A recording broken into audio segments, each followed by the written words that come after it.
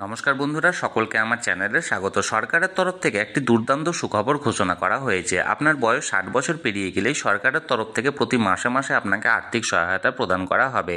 এমনকি সবথেকে গুরুত্বপূর্ণ বিষয় হলো পশ্চিমবঙ্গের বাসিন্দারাও এবার আবেদন করতে পারবেন। এই প্রকল্পে আবেদনকারী ব্যক্তিকে প্রতি মাসে মাসে সরকারের তরফ থেকে একটি নির্দিষ্ট হারে আর্থিক সহায়তা করা হবে। কি সেই প্রকল্পতে কিভাবে আবেদন করবেন, কোন কোন ডকুমেন্টসের প্রয়োজন হবে, কারা কারা আবেদনের যোগ্য এবং অনলাইনে বা অফলাইনে কিভাবে আবেদন করা যায়, সকল কিছু নিয়ে আজকের ভিডিওতে বিস্তারিতভাবে আলোচনা করব। ভিডিওটি সকলের জন্য অত্যন্ত গুরুত্বপূর্ণ, তাই প্রথম থেকে শেষ পর্যন্ত অবশ্যই ধৈর্য সহকারে দেখবেন এবং ভালো লেগে থাকলে অবশ্যই একটি লাইক করবেন এবং সকলের সঙ্গে শেয়ার করবেন।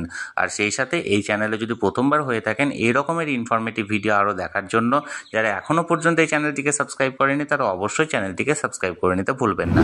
তাহলে চলুন আমরা সেই প্রকল্পটির ব্যাপারে বিস্তারিত জেনে নিই। তো প্রথমে আমরা জেনে নেব কেন্দ্রীয় সরকারের এই অভিনব প্রকল্পে আপনাকে কোন কোন সুবিধা প্রদান করা হবে। আপনি যদি কেন্দ্রীয় সরকারের এই অভিনব প্রকল্পে নিজেকে নথিভুক্ত করে থাকেন তাহলে সেক্ষেত্রে আপনাকে প্রতি মাসে মাসে 3000 টাকা করে আর্থিক সহায়তা বা পেনশন কেন্দ্রীয় সরকারের তরফ থেকে একদম বিনামূল্যে আপনাকে প্রদান করা হবে। শুধু তাই নয়, আপনার যদি কখনো কোনো কিছু ঘটে যায়, অর্থাৎ আপনার মৃত্যুর পর আপনার ফ্যামিলির কোনো একজনকে ফ্যামিলি পেনশনও প্রদান করা হবে এই প্রকল্পে যদি আপনি নিজেকে নথিভুক্ত করে থাকেন তাহলে। এবার আমরা জানবো এই প্রকল্পের মাধ্যমে কারা কারা আবেদন করতে পারবেন এবং কারা কারা আবেদন করতে পারবেন না। প্রথমত আমরা জেনে নিই যে কারা কারা এই প্রকল্পের মাধ্যমে আবেদন করতে পারবেন। প্রথমত আপনার মান্থলি ইনকাম যদি 15,000 টাকার মধ্যে হয়ে থাকে তাহলে সেক্ষেত্রে আপনি আবেদনের যোগ্য।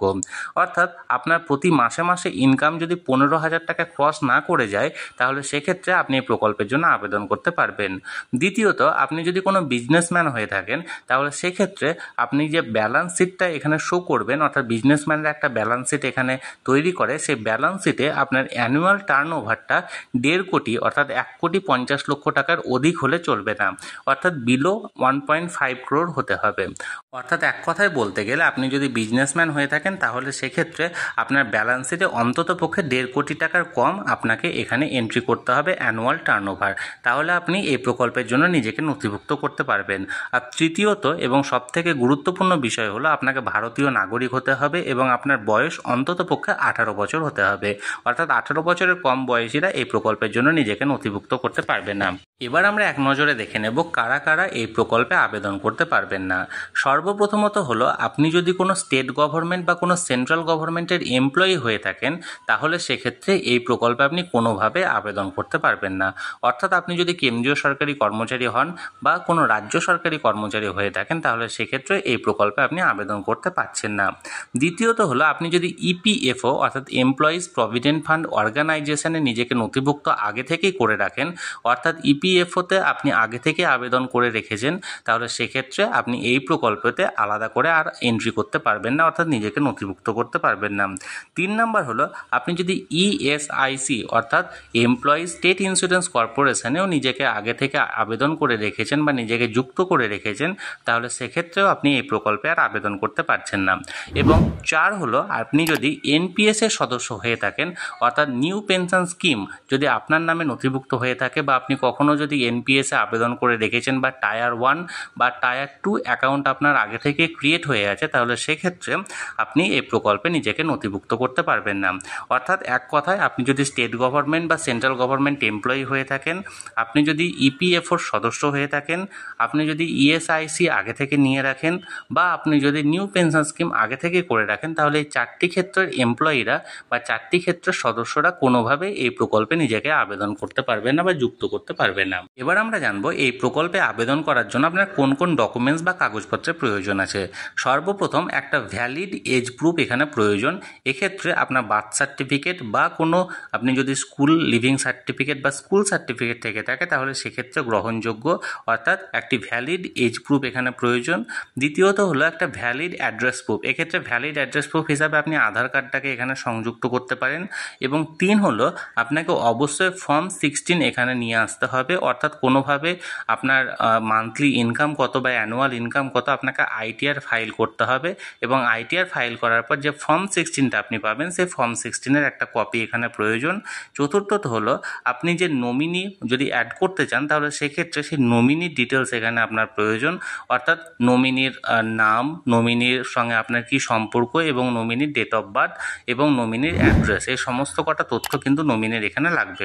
অর্থাৎ এই কয়েকটি ডকুমেন্টসের প্রয়োজন আছে। একটা হলো আপনার এজ প্রুফ, একটা হলো অ্যাড্রেস প্রুফ, একটা হলো আপনার ফর্ম 16, একটা হলো নমিনির ডিটেলস।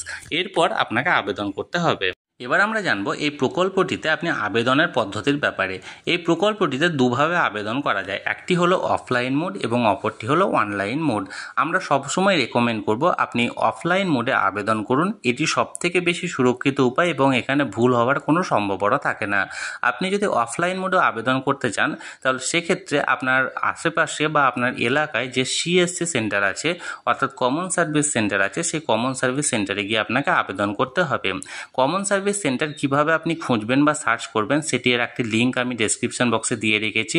সেই লিঙ্কে ক্লিক করে আপনি আপনার এরিয়ার পিনকোড এখানে টাইপ করবেন, নিয়ে সেখান থেকে আপনি পেয়ে যাবেন আপনার এরিয়ার বা আপনার কাছাকাছি যে সিএসসি সেন্টার আছে সেখানে। আপনাকে প্রথমে সিএসসি বা কমন সার্ভিস সেন্টারে গিয়ে সেখানকার যিনি ভিএলই বা অপারেটর থাকবেন তাকে আপনার সমস্ত ডকুমেন্টস প্রোভাইড করতে হবে। সেই অপারেটর নির্দিষ্ট পোর্টালে আপনার সমস্ত ধরনের ডকুমেন্টস দেখে আপনার নাম, আপনার এজ প্রুফ বা আপনার এজ, আপনার ডেট অফ বার্থ, আপনার অ্যাড্রেস, আপনার সমস্ত কিছু এখানে এন্ট্রি করা হবে এবং সেই সাথে সাথে আপনার নমিনির সমস্ত ডিটেলস এখানে এন্ট্রি করা হবে।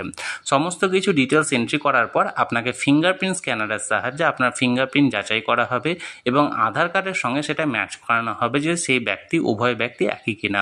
সমস্ত কিছু হয়ে যাওয়ার পর আপনার এখানে সাবমিট হয়ে যাবে এবং সাবমিটের পর যে ফর্মটি একটি প্রিন্ট আউট বেরিয়ে আসবে সেই প্রিন্ট আউটটি বা সেই ইউনিক নাম্বারটি আপনাকে ভবিষ্যতের কাজের জন্য রেখে দিতে হবে। এবার যদি আপনারা অনলাইনের মাধ্যমে আবেদন করতে চান সেটির জন্য আপনাকে নির্দিষ্ট ওয়েবসাইটে গিয়ে নির্দিষ্ট ফর্মে আবেদন করতে হবে।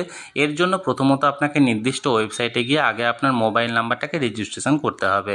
মোবাইল নাম্বার রেজিস্ট্রেশন করার পর লগ ইন করতে হবে। লগ ইন করে নির্দিষ্ট যে ফর্ম আছে সেই ফর্মে আপনার যাবতীয় তথ্য এখানে এন্ট্রি করতে হবে। সমস্ত তথ্য এন্ট্রি করার পর যে সমস্ত ডকুমেন্টসগুলি চাইবে সেই ডকুমেন্টসগুলি আপনাকে স্ক্যান করে পিডিএফ আপনি এখানে বা ইমেজের মাধ্যমে আপনি এখানে আপলোড করতে পারেন। সমস্ত কিছু আপলোড হয়ে যাওয়ার পর আপনাকে এখানে একটি ওটিপি ভেরিফিকেশন করতে হবে আপনার আধার কার্ডে। এক্ষেত্রে বলে রাখা দরকার, আধার কার্ডের সঙ্গে যদি আপনার মোবাইল নাম্বারটি লিঙ্ক না থাকে তাহলে সেক্ষেত্রে আপনি অনলাইনে আবেদন করতে পারবেন না। এখানে আধার কার্ডটি ওটিপি ভেরিফিকেশন কমপ্লিট হয়ে যাওয়ার পর আপনার একটি ফাইনাল সাবমিটের বাটন আসবে। সে ফাইনাল সাবমিট করে দেওয়ার পর আপনার নাম্বার একটি ইউনিক নাম্বার তৈরি হবে। সেই ইউনিক নাম্বারটি আপনি পুনরায় ভবিষ্যতে ইউজের জন্য রেখে দিতে হবে। এবার আমরা জানবো কেন্দ্রীয় সরকারের অভিনব প্রকল্পটির নাম কি। কেন্দ্রীয় সরকারের এই অভিনব প্রকল্পটির নাম হলো প্রধানমন্ত্রী শ্রম যোগী মানধন যোজনা। এই প্রকল্পটির মাধ্যমে যদি আপনি আবেদন করে থাকেন তাহলে সেক্ষেত্রে আপনাকে প্রতি মাসে মাসে 3,000 টাকা করে আর্থিক সহায়তা বা পেনশন কেন্দ্রীয় সরকারের তরফ থেকে প্রদান করা হবে। আমি এই প্রকল্পটির উপর আরও বিস্তারিত তথ্য সহকারে একটি ডিটেলস ভিডিও আনতে চলেছি এই চ্যানেলে আগামী দুদিনের মধ্যে। সেই ভিডিওতে আমি সমস্ত তথ্য সহ আমি ওয়েবসাইটের মাধ্যমে লাইভ আপনাদেরকে আবেদনের পদ্ধতি দেখানোর চেষ্টা করব। সেই ভিডিওটি দেখতে চাইলে এখনই এই চ্যানেলটিকে যারা সাবস্ক্রাইব করেননি তারা অবশ্যই সাবস্ক্রাইব করে রাখুন। তাহলে বন্ধুরা, সরকারের এই প্রকল্পটির ব্যাপারে আমি বিস্তারিত জানানোর চেষ্টা করলাম। এই নিয়ে যদি আপনাদের কোনো মতামত বা কোনো প্রশ্ন বা কোনো জিজ্ঞাসা থাকে অবশ্যই কমেন্ট করে জানান। আমি চেষ্টা করব আপনাদের সকলের প্রশ্নের যথাযথ উত্তর দেওয়ার।